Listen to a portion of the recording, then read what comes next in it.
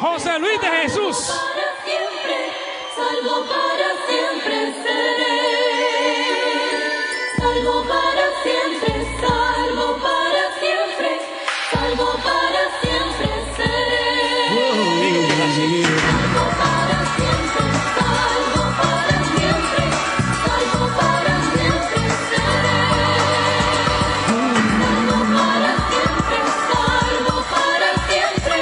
Salvo para siempre seré.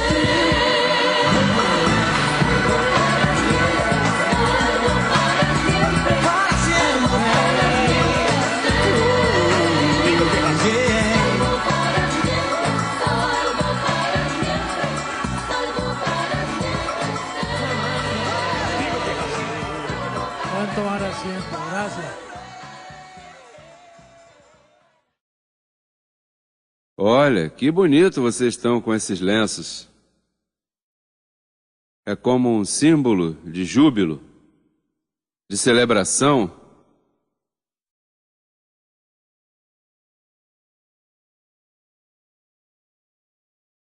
Bem, vivendo os melhores dias de nossas vidas, verdade?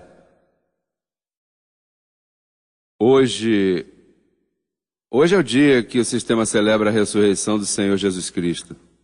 Isso é o que eles celebram hoje. E nós honramos, nós honramos isso em todo sentido da palavra.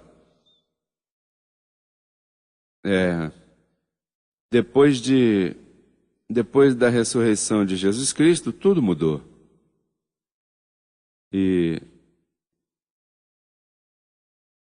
Bem, depois disso começou o cristianismo. As pessoas pensam que o cristianismo começou antes e por isso ainda celebram a semana.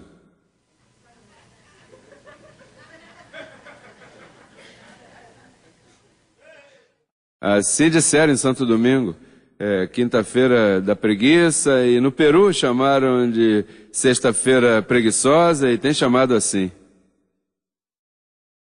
Mas em si, veja que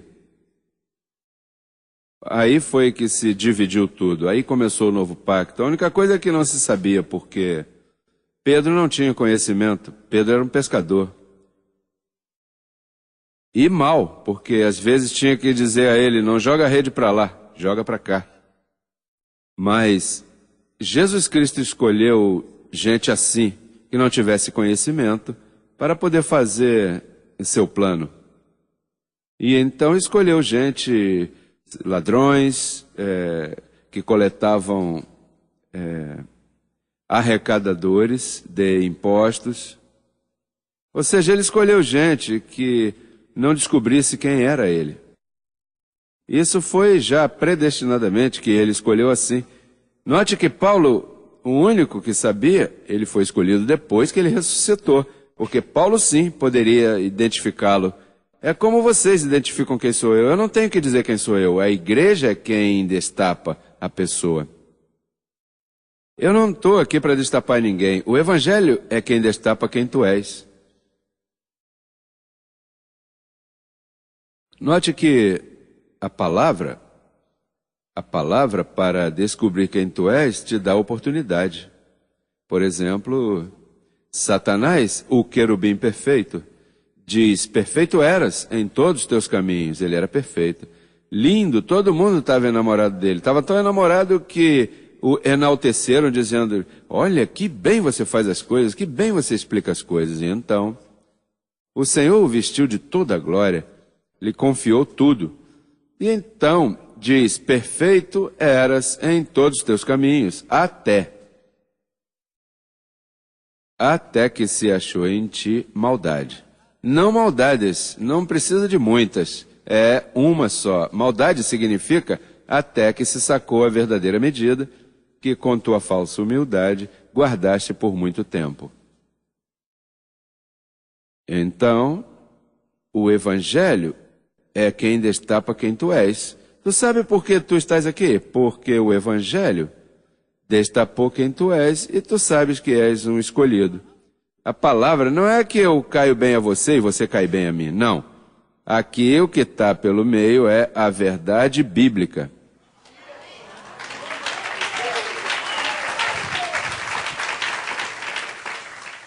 Por exemplo, a imprensa tem me perguntado: e como você está seguro que eles vão seguir com você a nível mundial? E que estão contigo, porque você não dá a carta de membresia, não há forma de amarrá-los psicologicamente?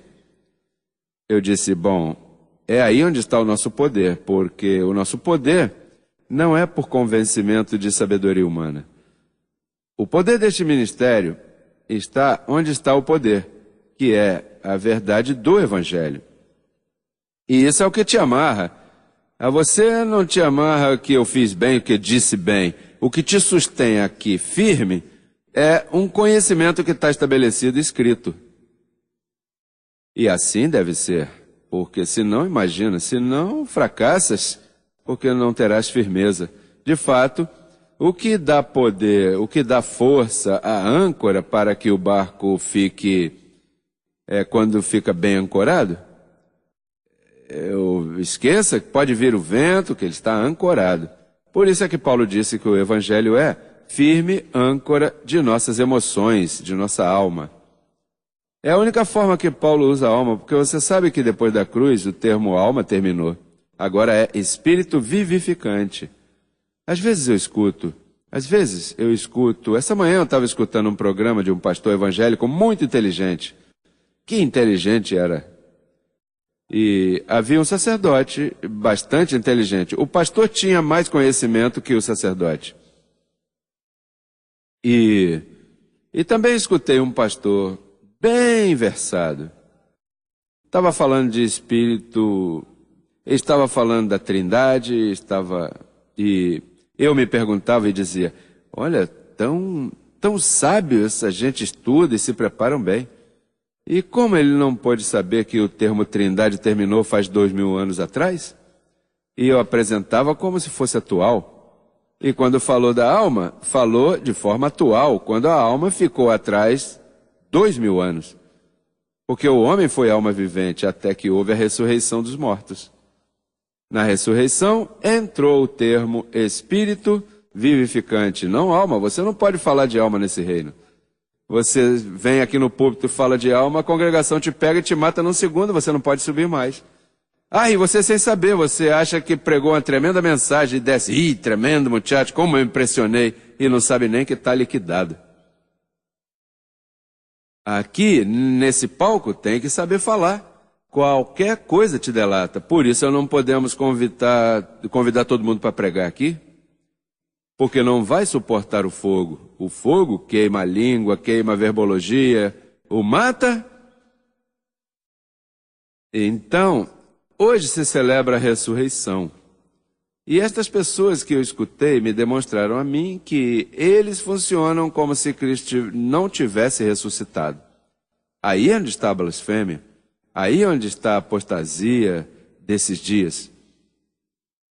Olha, quem quer inteligência, quem quer ser sábio, a verdadeira sabedoria de Deus, que difícil se tornou para o mundo conhecer a sabedoria de Deus.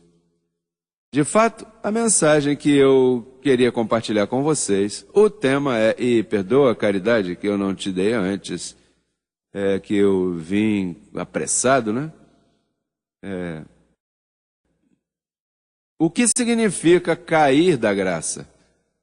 Isso aqui é um termo aqui nos Estados Unidos. Quando acontece algo a um pastor aqui nos Estados Unidos, se diz que ele caiu da graça. Agora Paulo utiliza isso. Vamos buscar Gálatas, capítulo 5, verso 4. Veja só o que diz. De Cristo vos desligastes, os que pela lei justificais. O que diz? Sabe o que o sistema pensa? Diz: se você cai da graça, perdes a salvação. Mas aqui não está dizendo que você perde a salvação. O que diz aqui é que tu te desligas da graça por guardar a lei. Note que na ressurreição, o que fez Jesus Cristo com a lei? Encontre aí, por causa de nossa audiência e os que estão vendo em Telegrácia, o que aconteceu à lei. Romanos capítulo 10, verso 4, veja o que diz. Romanos capítulo 10, verso 4. Porque o que significa fim? Já viu um filme quando põe ali, quando acaba, põe fim, e você diz, se teve um bom final, se assistiu bem. Mas se o final foi mal, você diz, por que esse filme terminou assim? Mas aí quando diz, o fim da lei é Cristo, está te dando a entender que você não pode viver pela lei de Moisés. Está claro isso? Então quando Paulo te diz, os que pela lei vos justificais, da graça caístes, o que está dizendo? Como é que você vai se justificar com algo que Cristo pôs fim? Se Cristo pôs fim à lei, então, os que pela lei se justificam, o que acontece? Da graça caíram. Vamos outra vez, Gálatas capítulo 5, verso 4, porque esses versos são para você escrever no cantinho e guarde, porque esse é o material de estudo teu. Lembra que isso aqui é um centro educativo. Isso não é uma igreja qualquer. Esta é a igreja de Jesus Cristo, onde você vem se educar para que o que você aprende fique, para que não te tornes tardio em ouvir. Há um verso assim que o apóstolo Paulo diz que a apostasia vem quando você é tardio em ouvir, quando não registra bem. De Cristo vos desligastes. O que é desligar-se? Separar-se, verdade? Então, não é que você perca a salvação, porque a salvação é um ato que tomou lugar em teu espírito antes da fundação do mundo, antes de você nascer. O que está tratando de dizer aí é que Cristo em ti funciona com a graça, mas se você se justifica por obras e esforços pessoais teus, pensando que isso é algo como de ti mesmo, como dos teus esforços, de tua fortaleza ou de tua suficiência, então a graça não te ajuda. Então, és um crente desligado, como um ramo desligado da árvore, que eventualmente o que acontece com ele? Se seca. Dura um tempinho assim, verdinho, você pode amarrar e fazer um inventinho aí, mas a seiva não lhe passa.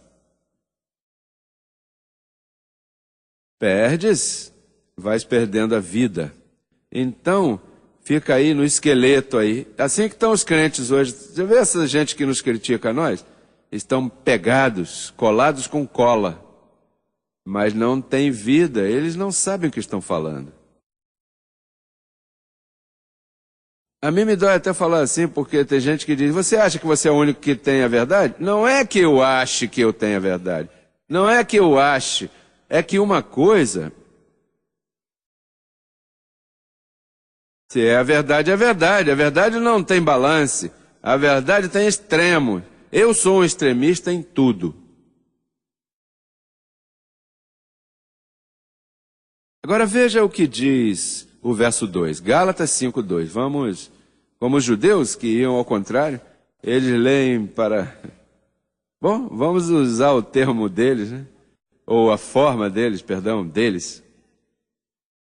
Eis aqui vem Paulo com sua autoridade. Pedro não pode falar assim, ninguém poderia falar assim. Diz, eis aqui, eu, Paulo, o que praticava a circuncisão melhor que ninguém. Eu, Paulo, vos digo que se vos circuncidais, de nada o quê? De nada, ok, veja, a circuncisão, essa é outra situação. Em Porto Rico, um pregador me disse, que me ligou para me humilhar e disse, olha, se isso aí é um ato físico, saudável, eu não sei do que ele está falando, disse ele, veja só. Ele pensava que eu estava falando de um ato físico, doutrinal, não. A circuncisão física é saudável. Teu foi circuncidado quando nasceu. Por questões de saúde. Agora, por questões doutrinais, aí já é outra história. Se Cristo ressuscitou, o que faz você se circuncidando por observar a lei? Então veja o que diz aí. Eis aqui eu, Paulo, vos digo que se vos circuncidais, de nada tem o nome de Cristo na boca, à toa. Veja, eu vi um congresso aí de judeus e cristãos juntos, e os aplausos que receberam do público, eu estava fervendo do lado de cá, e eles aplaudindo-se lá. Como é que uma pessoa pode se molestar e o outro está contente? Onde é que está a cabeça dessa pessoa para dizer, mas que muito amor tem, judeus e os cristãos juntos. Não há problema que estejam juntos, sempre quando estejam recebendo alguma coisa, ou cortando grama, ou apagando incêndio para que o edifício não pegue fogo, mas andando juntos a nível doutrinal, aí eu não caibo. Não cabo, como diz as crianças, né? Mamãe, eu não cabo.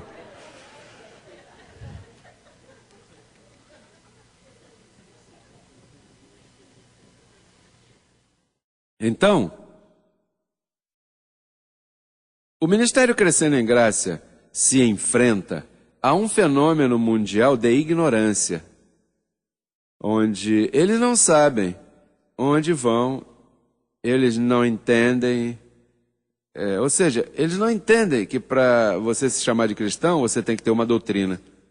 Então, se não tem essa doutrina, você não pode se chamar de cristão, pode se chamar de outra coisa. Mas não cristão, porque cristão é um que honra o sacrifício de Jesus Cristo e crê que Jesus Cristo ressuscitou e venceu a morte. Não é assim? Pois então você tem que ter umas convicções e umas doutrinas para você dizer, olha, eu sou cristão.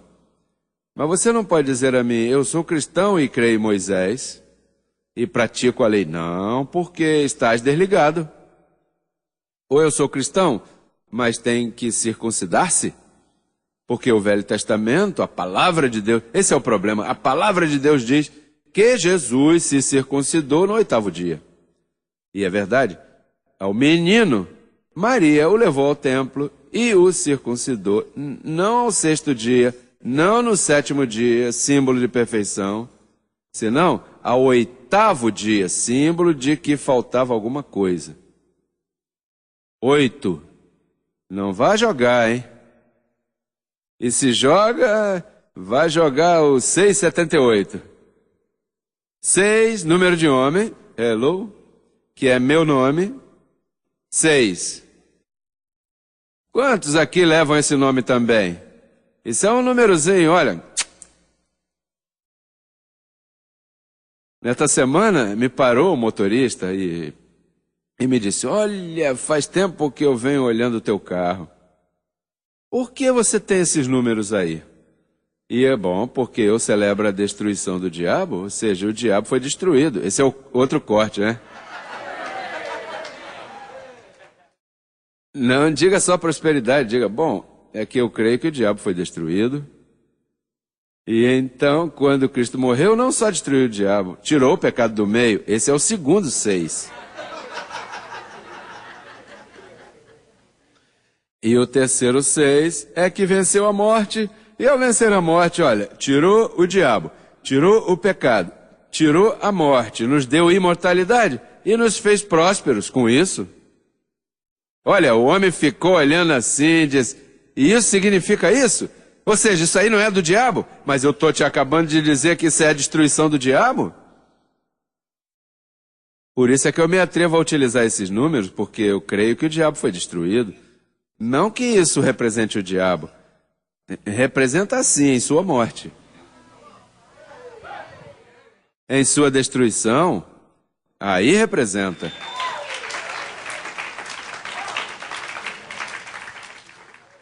Paulo diz, a multiforme graça de Deus, a multiforme sabedoria de Deus. Há muitas formas de ensinar a graça. Então, quando uma pessoa está violando esses dois princípios, circuncisão e lei, e nós entendemos por causa dos escritos que existem nos chamados grupos cristãos, entendemos que eles violam, um desses dois eles violam. Por exemplo, um evangélico não se circuncida religiosamente, mas te guarda a lei. Agora, um judeu cristão se circuncida e te guarda a lei. Ele tem os dois. Agora, essa gente aí se jacta do poder de Deus que eles celebram em seus serviços.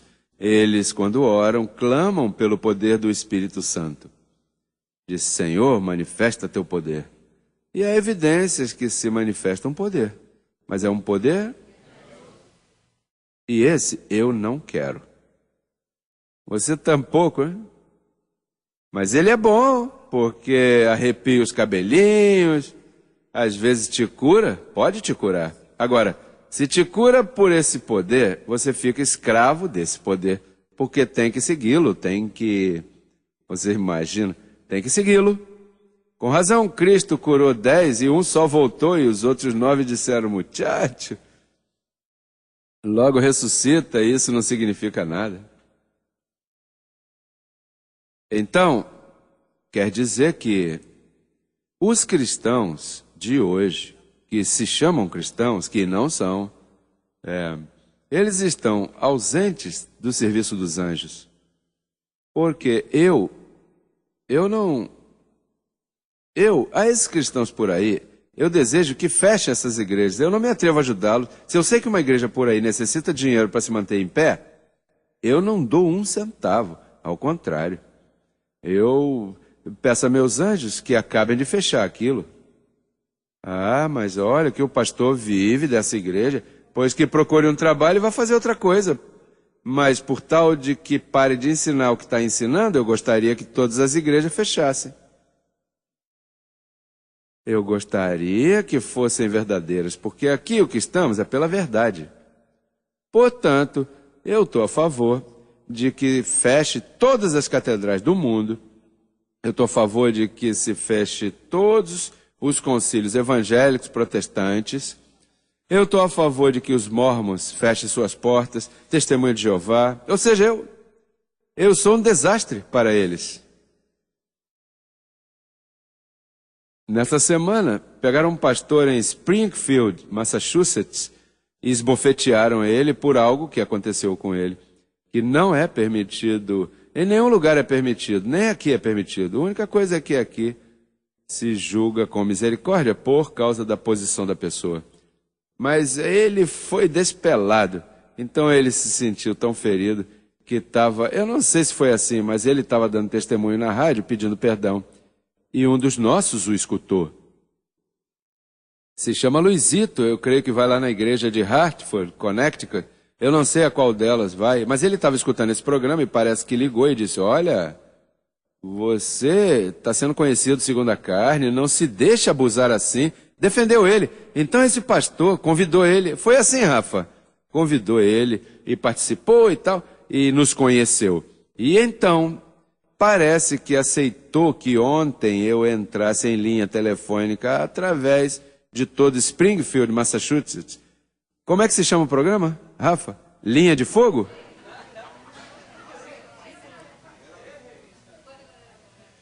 Sim, algo assim, né? E então começou a falar comigo, a dialogar, e eu comecei a falar com ele. E o primeiro foi uma senhora que ligou e disse: parece mentira que você é um pastor de sã doutrina e que você convide um diabo como esse. E isso não ajuda o homem, não, porque eu disse: você está se dando conta com o que nós estamos tratando? E ele disse: vocês estão insultando o meu convidado e me insultando a mim. Você não acha que eu tenho discernimento para convidar algo para conversar? Mas essa gente é assim, ela não sabe nem em que creem. Olha, aqui eu lhes falei com calma, detidamente. Então ele me perguntou que se eu cria, pois no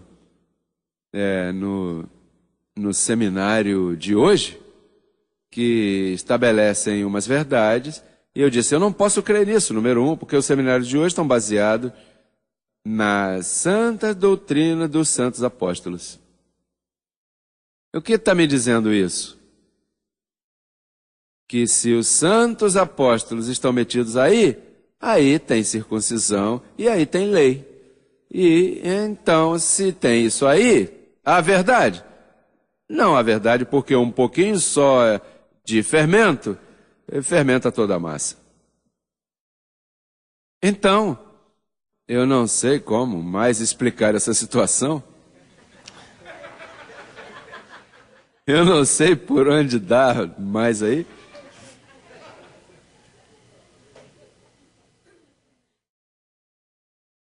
Bem, valeria a pena ler um verso que temos lido bastante aqui e que não nos cansaremos, que seria Hebreus capítulo 6, verso 1, que depois que Cristo ressuscitou, o conselho apostólico foi, portanto, deixando já os rudimentos da doutrina de Cristo, vamos adiante a um caminho melhor, não lançando outra vez o velho, que é um fundamento de arrependimento de obras mortas, porque ao tirar o pecado, você se arrepende e ninguém recebe esse arrependimento.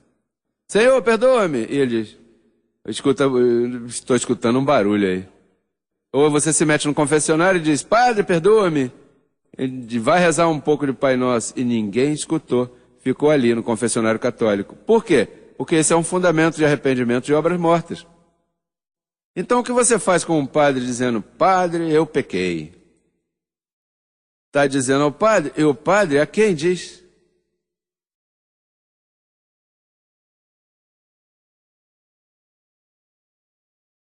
Então, fundamento de arrependimento de obras mortas.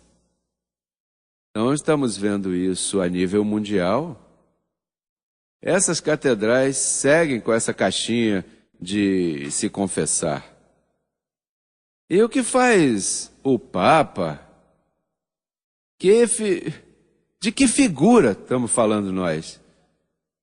Porque tem aceitado a mente de um presidente ainda, um homem que está suposto a ter 2 dedos de frente, um pouquinho de inteligência, com a Bíblia escrita em espanhol, e todas essas cidades prestam atenção a ele. Então, quando aparece uma voz clara, de som, de trombeta clara, como a nossa, não sabem discernir.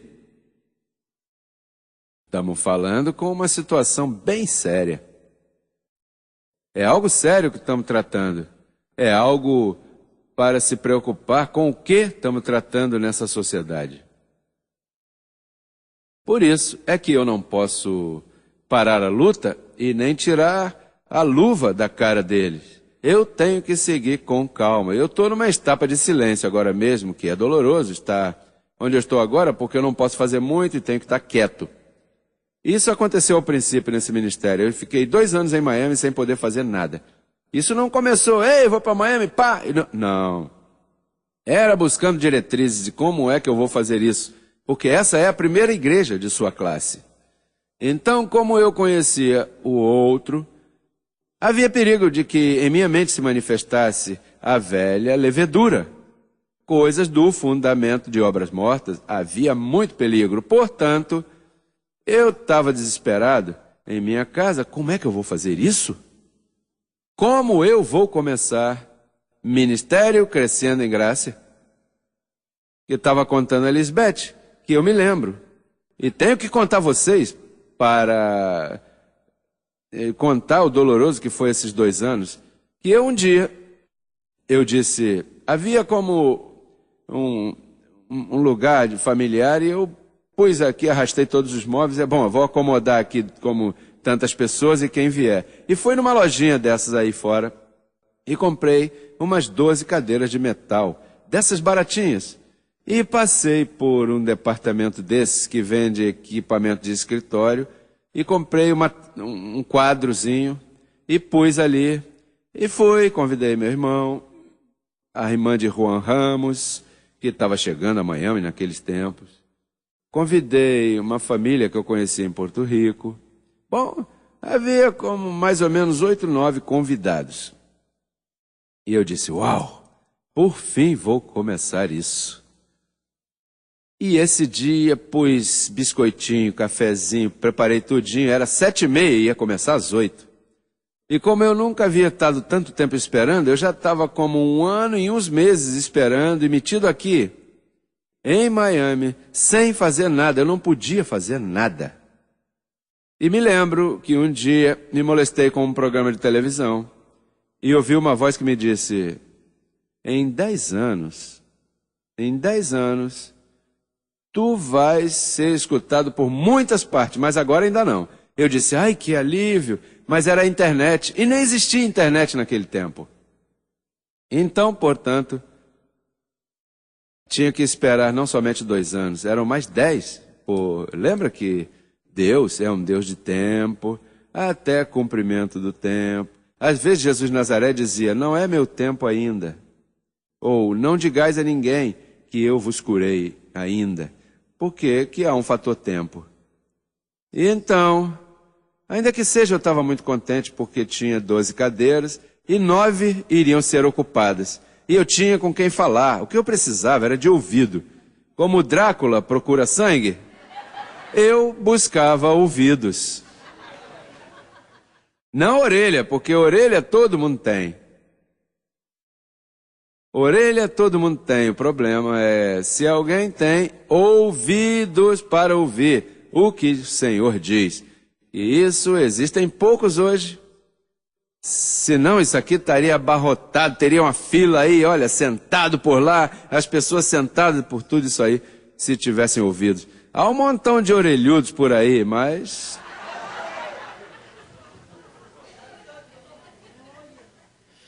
olha, e eu esperando, 10 para as 8, 5 para as 8, 8.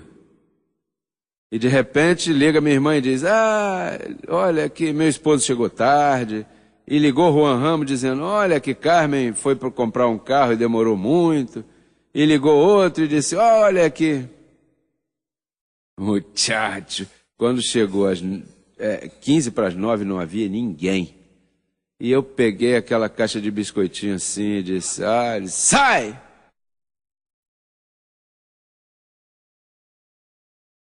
E ouvi uma voz que me disse: não me ajudes. Não se meta nisso. Olha, que frustrante, é verdade? Quando a carne se mete... aí é que está o problema. É que você é espírito e é carne. Então, tua carne sempre quer participar?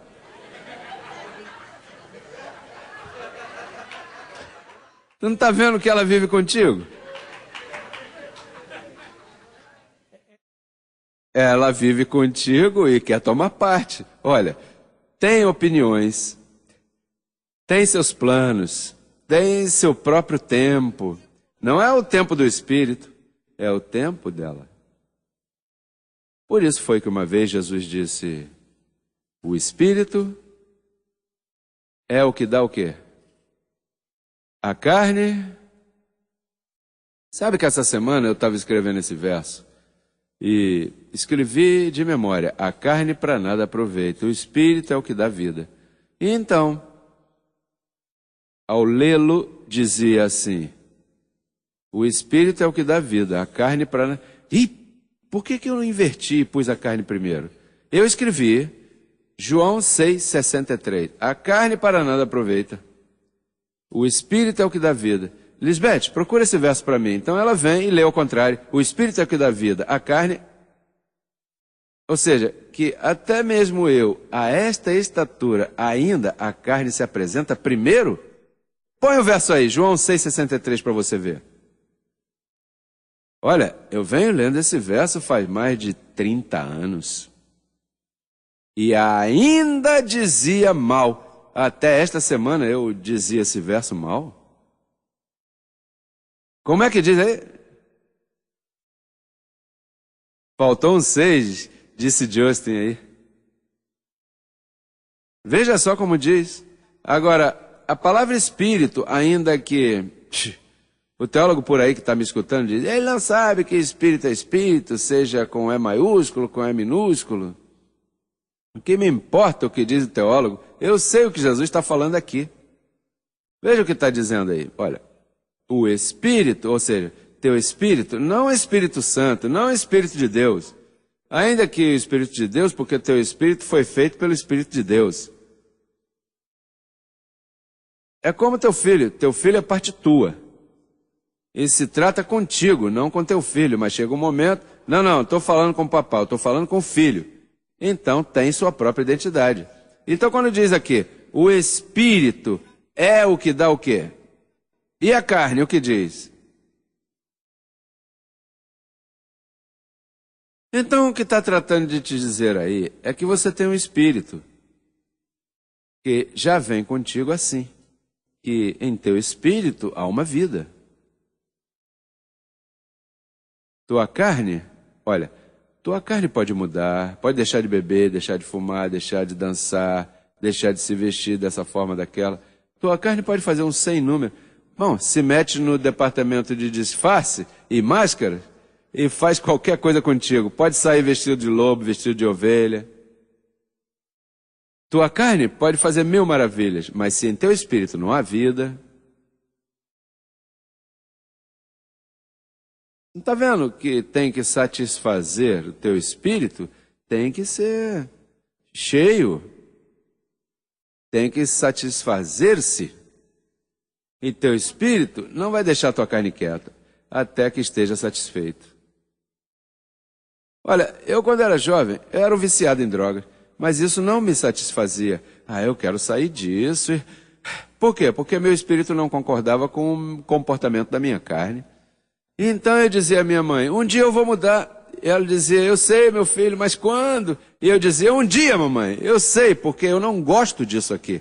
Mas eu estou atado pelo ambiente, pelas amizades. Há muitas coisas que influenciam tua carne, né? Mas então chegou um momento em que eu deixei essa conduta. E então entrei em outra, religioso. Me converti aos evangélicos. Olha, que experiência mais boa. Deixei de fumar, deixei de beber. Tão bom que é um bom traguinho num tempo certo. Vinho, isso, o que fosse. O que gosta você. Eu deixei tudo isso. E então, vestia de uma forma, não via programas de televisão muito frescos. Eu estava metido na igreja todo o tempo. Olha, que classe de câmbio. Então me cansei disso também. Olha, mas isso aqui é uma hipocrisia, o que eu sou. Agora eu me passava criticando todo mundo, porque eu não fumava, não bebia. Então me cansei daquilo. E então não tinha dinheiro, trabalhava numa fábrica lá, ganhando uma porcaria. Então, meu espírito, que é o que dá vida, começou a exigir. E terminei trabalhando para Metropolitan Life. Agora sim meu ego está cheio. Agora tinha dinheiro, andava num carro novo, saía na televisão. O governador Francis de Boston me nomeou representante de todos os hispânicos. Muchacho, isso me deu... E eu vendi a pólice. Quando chegava em casa, já estavam assinando. Imagina. Em menos de 6 meses, eu era o terceiro melhor vendedor. De 33 vendedores, eu era o terceiro. O terceiro. Em vendas milionárias de prêmios. Não, isso significava muito dinheiro. E então, durante 1 ano e meio, que eu vivia assim, meu espírito parece que disse, isso aí não é o teu. Você gosta de outra coisa. E comecei a me cansar daquela vida. E era boa, porque tinha dinheiro. Bom, quando eu fui embora dali, o gerente da Metropolitan Life dizia, eu tinha plano de fazer uma companhia de seguro de automóvel para os hispânicos que chegam aqui, e ia me dar 50%. Ele disse, eu ponho o capital e o que eu necessito é da tua imagem. Mas o meu espírito é de uma classe que aquilo lá não preenchia. Então me deram o privilégio de trabalhar ajudando os viciados em drogas. Metia eles em minha casa, enquanto conseguia uma casa para eles.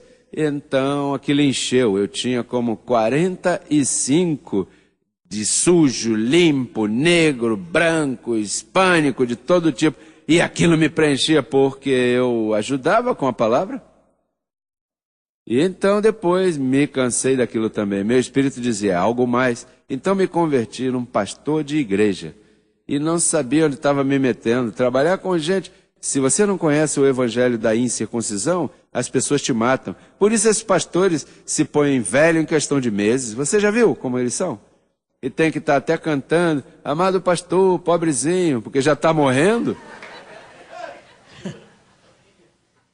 E então, depois, meu espírito exigia outra coisa. Teu espírito exige em ti. Você estará cansado. Pois, uns dizem não, outros dizem sim, né? Então chegou o momento em que papai me sacou disso, porque meu espírito tinha um chamado, um desenvolvimento, que é esse que vocês conhecem. Quer dizer que eu não podia me conformar em outra coisa se não fosse isso aqui. Até que me sacou daquilo e me trouxe ao que verdadeiramente eu fui criado. Por isso eu não inquiro e nem me envolvo em nada que não seja isso. E assim você tem em teu espírito a vida. Não é que você vai dizer, papai Deus me ajuda. Como é que me ajuda se eu já pus a vida toda no teu espírito? Senhor, abençoa-me. Você já está abençoado. Senhor, envia teu anjo. Aí sim. Aí tem que pedir que o anjo te ajude, porque se descuida de uma salvação tão grande. Diga, em meu espírito, há vida. Eu estou completo.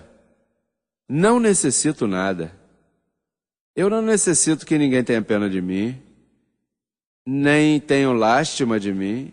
Em meu espírito, a vida. Olha, você sabe a ajuda que você recebeu nesse exato momento?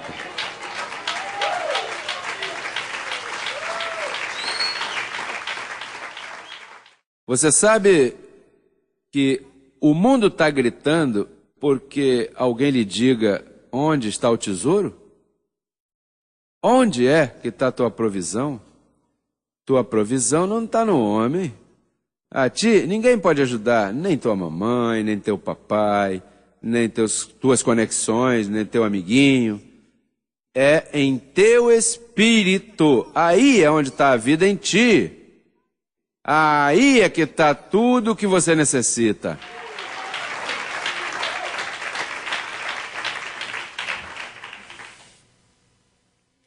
Nessa semana eu estava falando disso, compartilhando o tema. E então, pois eu vou cumprir 62 anos agora. Então eu, com a mente, que é onde está a minha vida, não está em Deus por lá jogado não, está aqui. A tua também está aí. Pois com isso, quando eu como, eu digo, isso não vai me fazer dano. Quando eu bebo, eu digo, isso aqui não passa daqui. Tudo que eu faço, eu meto na mente, e com a mente eu anulo tudo o que diz o cientista, todas essas porcarias de programa que dão aqui em Miami, que esse alimento faz isso, que se tomar isso vai chegar aquilo. A vida não está aí, irmão. Isso tem certos princípios de cuidado e sabedoria enquanto a experiências terrenais. Mas onde está o teu poder é dentro de ti.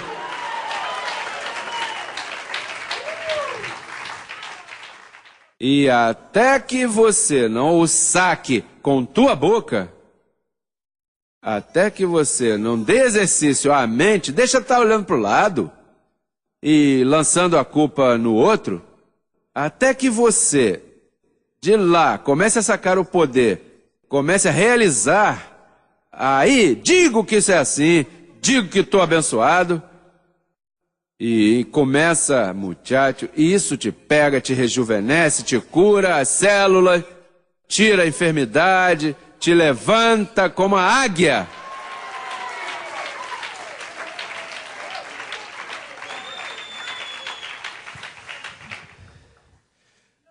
Assim que, quando Cristo ressuscitou, o que fez foi que te ressuscitou juntamente com Ele.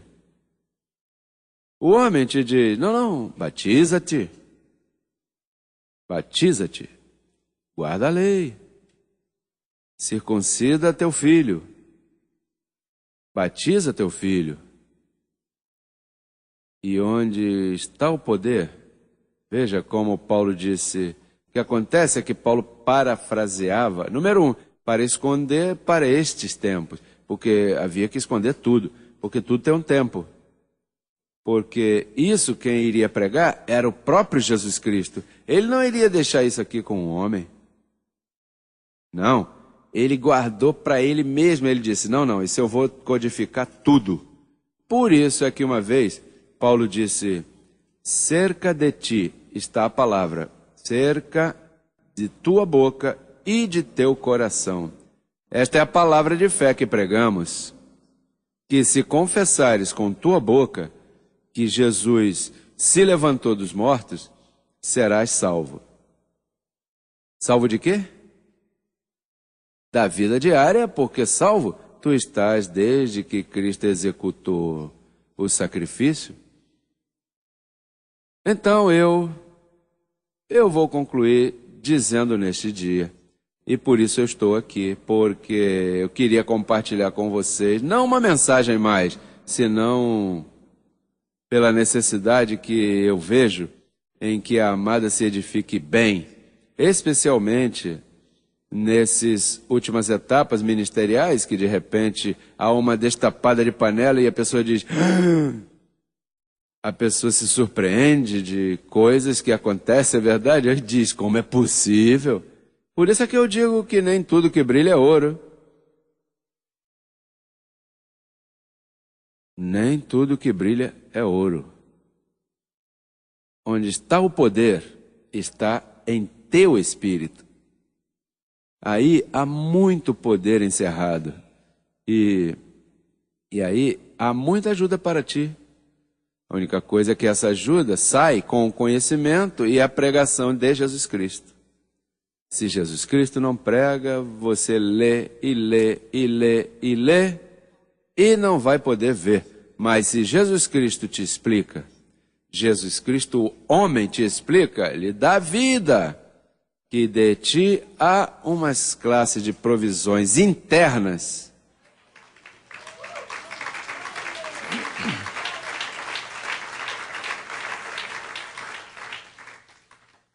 Há muita provisão dentro de ti. E está dentro de ti, e o único que pode sacar de dentro de ti é tu mesmo. Ninguém vai sacá-las por ti. Não, que na igreja não me ajudam. Não, que é que fulano não me ama, ou fulano, ou cicrano. Isso não são desculpas nesse reino. O poder, diga, está em mim, está em meu espírito.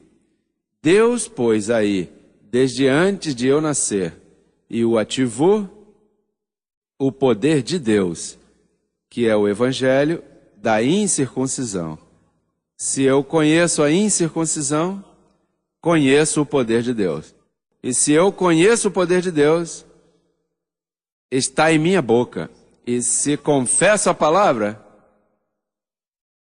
vai se manifestar. Como está escrito, cri, por isso falei. Esta é a palavra de fé que pregamos.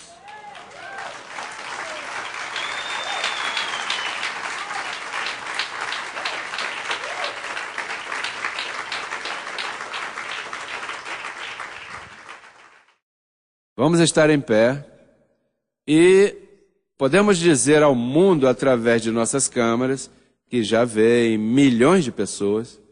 Olha, que bom que não somos esse grupo só aqui, nada mais. Hein? Que milagre a tecnologia nos deu, verdade? E através dessa câmerazinha aí, onde está o EC, olha, nessa câmerazinha aí mesmo, estamos chegando a milhões de pessoas. E a esses milhões de pessoas...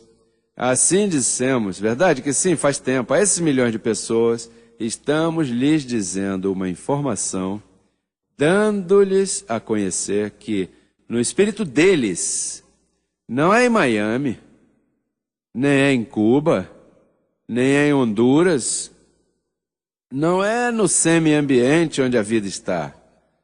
Porque então imagina, a vida se sujeitaria ao governo de Fidel Castro, ou se sujeitaria ao governo de Bush, ou ao governo de Chávez.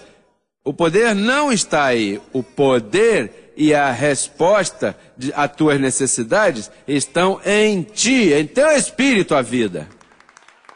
Aí é onde está o poder. Abba, Pai.